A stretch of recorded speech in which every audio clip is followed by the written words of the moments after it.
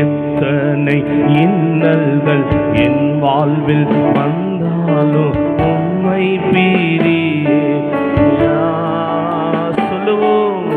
எத்தனை இன்னல்கள் என் வாழ்வில் வந்தாலும் சித்தமே செய்து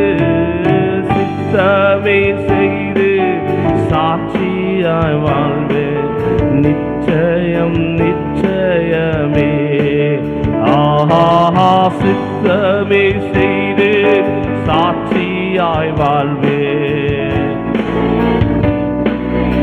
ரட்சகரே ரட்சகரே என்னை ரட்சித்தவரே இயேசுநாதா என் அழிவிலிருந்து என் ஆத்துமாய் மீட்டவரே ஆராதனை.